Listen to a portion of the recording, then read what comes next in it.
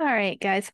I wanted to spend a couple of minutes going over the main method and how functions and methods and all work together in a program. I'm going to interchange the word function and method a lot because in Python they call them functions, in Java they call them methods. I teach both classes, but I predominantly taught Java for over a decade, so I tend to interchange the words. So if I say method, I really mean function. If I say function, it's the same thing as a Java method.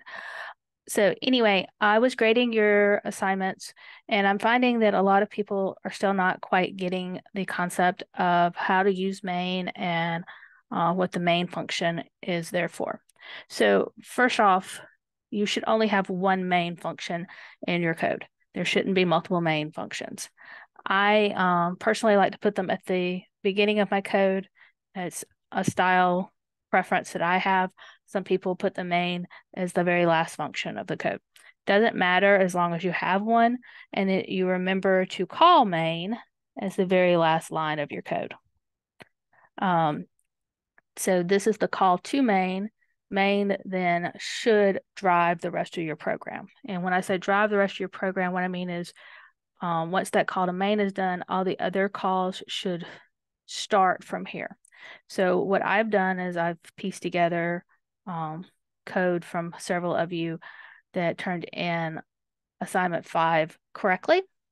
So if you see some code that looks like it's yours, I probably did borrow it, and thank you very much for doing a good job. So what I have here is we have print statements, we have some variable declaration and input statements. We also have calls to functions. There are some print statements here that don't have anything in them. These just put in blank lines to make it easier to read when you run the code. So in this particular assignment, you were asked to ask the user for their name and what year they were born.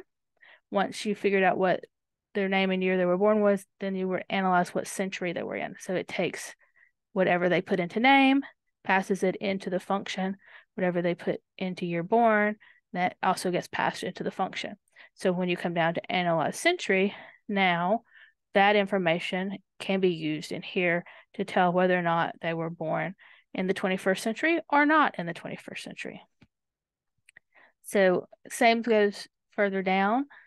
Get payment details is called after that, which makes the code jump down to get payment details. Inside of payment details, you can ask for more information, like how much was the purchase, how much cash do you have on hand, and then if the cost was less than the value, we called determine how paying, and um, so this function is calling another function and passing in information. Then based on the if statement, it's going to do either print out how much money how much change you have left, or it's just going to go to the function call. When we go up to do classify family, it's going to call that function. It makes the code jump down here. It asks you how many people you have in your family. For however many people you have, it's going to then ask for their name, the year they were born, and then it should tell you what generation they came from. And you actually can call another function inside of a print statement. Do you have to do it this way? No, but I just wanted to show you the flexibility of having the functions, and that the functions can be basically plug and play kind of elements where you can put them where you need them. So in this particular case on this line, we have the function call with the year actually in the same print line. Now, could you have done this differently and made a variable that held this information and then use that variable here? You could. Whatever is clearer to you. Anyway, so I'm hoping that this helps. One thing I am seeing a lot of is people that are doing things like they'll have these lines not in the main. So they'll have them just floating as code out here. And this is not good coding. This is what we call global variables. And if I see something like this in your code, I'm going to dock you points for having what I call orphan code. It doesn't belong to anybody. It doesn't have a function that's its parent. And it's just bad idea because it allows you to have variables floating out there that may or may not be what you want them to be. Because if you later ask for name and you're born inside of one of your functions, you've already got those values somewhere else and you may not get the information you want. It causes confusion, makes your code harder to read, it makes it less plug and play where you could reuse code because the variables are not inside of a function or inside of main, and you don't know exactly who created them or why they were created. So I'm going to put this back where it should be. So you should, just a good guideline. At this point, you should only have the def, any lines that start with def or import or something like that, all the way left justified.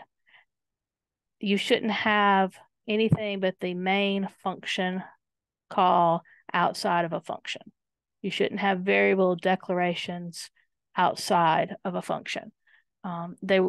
If we were doing math or something, you would actually have import statements that were outside of the function because they do have to be global. So if we were importing math for some reason, we would want to do that up here. I generally put all of my import statements at the beginning just to organize the code. If you have questions at this point, I really strongly encourage you to set up an appointment with me where we can sit down virtually or in person and talk about coding and good strategies for formatting.